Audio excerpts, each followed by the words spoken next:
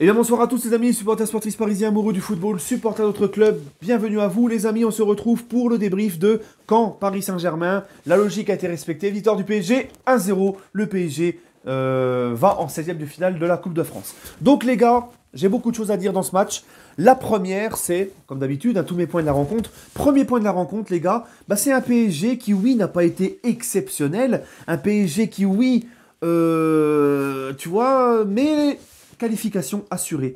Et comme je vous l'ai dit depuis un certain temps, là, tu approches du Barça, tu as besoin d'engranger des victoires, tu as besoin d'engranger de la confiance, de la sérénité. Eh bien, je suis désolé, une victoire, peu importe la manière, peu importe le score, une victoire, c'est une victoire.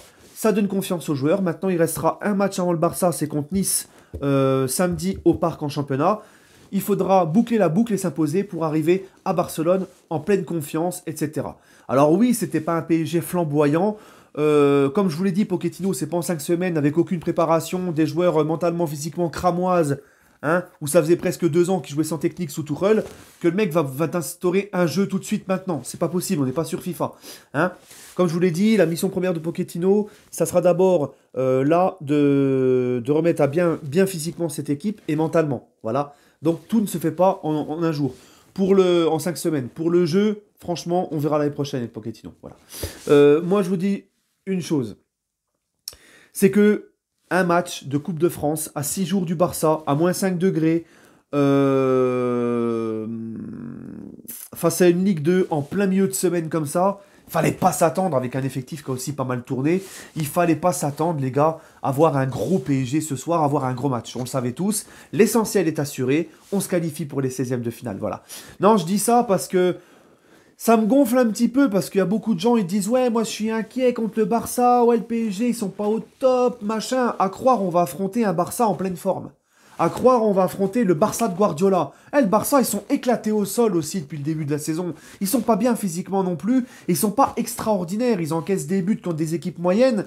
Et vous êtes tous en train de vous chier dessus parce que le Barça arrive. À croire, on va affronter le Barça de Guardiola. On n'est pas parfait. On n'est pas très bien physiquement et tout. On a des lacunes. Mais le Barça, c'est pareil. Hein? Le Barça, c'est pareil, les gars. Alors moi, j'aime bien parce que nous, les supporters parisiens, on est les premiers à reprocher aux joueurs que quand on arrive en phase finale de Ligue des Champions, face à une grosse écurie, hein, on reproche aux joueurs d'avoir le calbar jaune pisse devant et marron derrière, ils se chient dessus et tout. Mais vous, les supporters parisiens, on est les premiers à se chier dessus parce que le Barça arrive. Oh, oh, oh, oh, oh, oh. Les gars, un peu de sérénité. Un peu de confiance, un peu de sérénité. Voilà, tout simplement. Bref... encore en parlant de cette victoire, je suis content parce que malgré le faux pas à Lorient, c'est encore une victoire avec Pochettino. Non, je dis ça parce qu'il y a encore des benets sur les réseaux sociaux qui viennent me faire chier en privé. Alors, encore une fois, pour me suivre sur mes réseaux sociaux, c'est juste en dessous de ma description, sur mon Snap et mon Insta, des mecs, hein, on me dit que je fais une fixette, mais des mecs qui viennent me parler de Tuchel. J'en ai rien à branler de lui. Les gars, c'est fini Tuchel, je m'en fous. Arrêtez de venir me parler de lui. Oh, il y a des mecs qui viennent en privé, ils sont en train de chialer encore sur Tuchel auprès de moi. Ouais, je regrette Tuchel. Oh, ben Tuchel, t'as vu à Chelsea, Tuchel à Chelsea. Waouh, qu'est-ce qu'il a fait à Chelsea, Tuchel? Il a affronté Burnley, Cranley, Willie Dunsey, Watford, Old Trafford. Waouh, il a affronté qui? Il affronte que des équipes moyennes et encore en plus de ça, moi j'ai vu les matchs de Chelsea depuis qu'il y a Tuchel, il n'y a rien dans le jeu, il n'y a rien d'extraordinaire. J'ai vu le match contre Tottenham, un Tottenham quand même pas en pleine forme, hein. Un Tottenham qui restait quand même sur 4 défaites de suite quand ils ont affronté le Chelsea de Tutuche. Je suis désolé, Tottenham en deuxième mi-temps, ils ont dominé Chelsea. Chelsea, mis à part le penalty avec une faute grossière et ridicule, une faute même cadeau d'un défenseur de Tottenham, moi j'ai pas vu un énorme Chelsea moi face à Tottenham. Hein, et même en deuxième période, c'est Tottenham qui a dominé. Un Tottenham qui reste quand même sur 4 défaites consécutives. Mêlant les gens, ah Tuchel il gagne avec Chelsea, tout. Ouais, il a affronté que des équipes de merde. On verra contre City et tout. Puis j'ai envie de vous dire, je n'ai rien à faire. Même s'il réussit à Chelsea, c'est bon. Hein, il fallait tourner la page, maintenant vous allez plus nous emmerder avec lui. C'est un truc de fou. Là, Pochettino, pareil, il enchaîne des victoires avec le PSG. Par contre, lui, ouais, mais vous avez toujours quelque chose à dire. Par contre, c'est l'autre, là, il affronte des équipes de merde.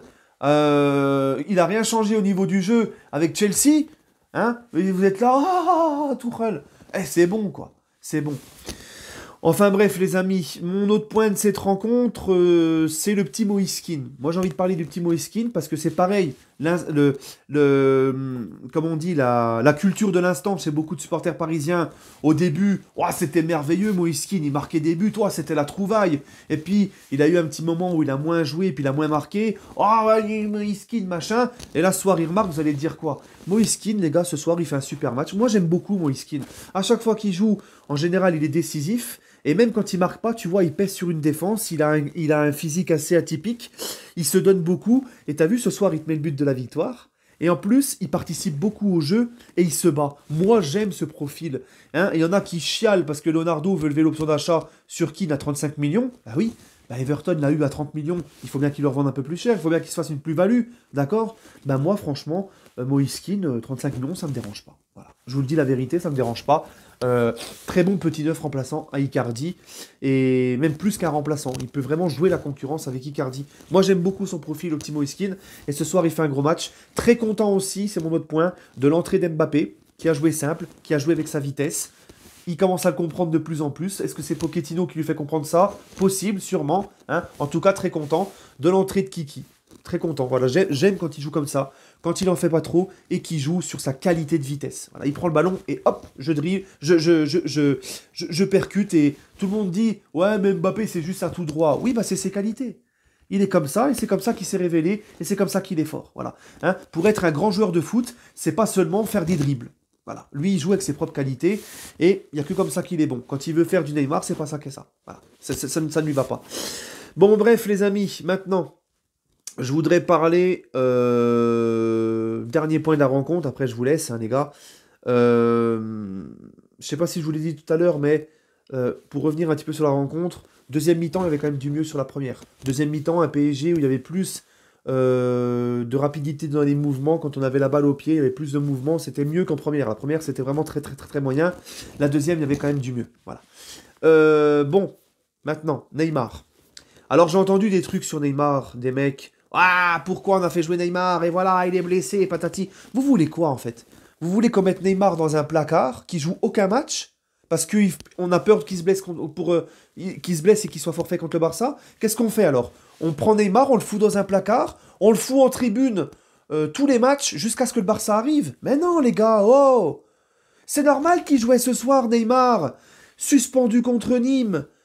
La chiasse contre Marseille, il a eu la gastro, il a joué que 20 minutes. Il faut bien que le mec, avant d'affronter Barcelone, il te reste 2 matchs pour se préparer. Il faut bien que le mec, il ait du rythme dans les jambes. C'est un 8e de finale de Ligue des Champions face à une grosse équipe européenne. Il faut qu'il ait du rythme, il fallait qu'il joue ce match. Pochettino a eu raison de le mettre titulaire.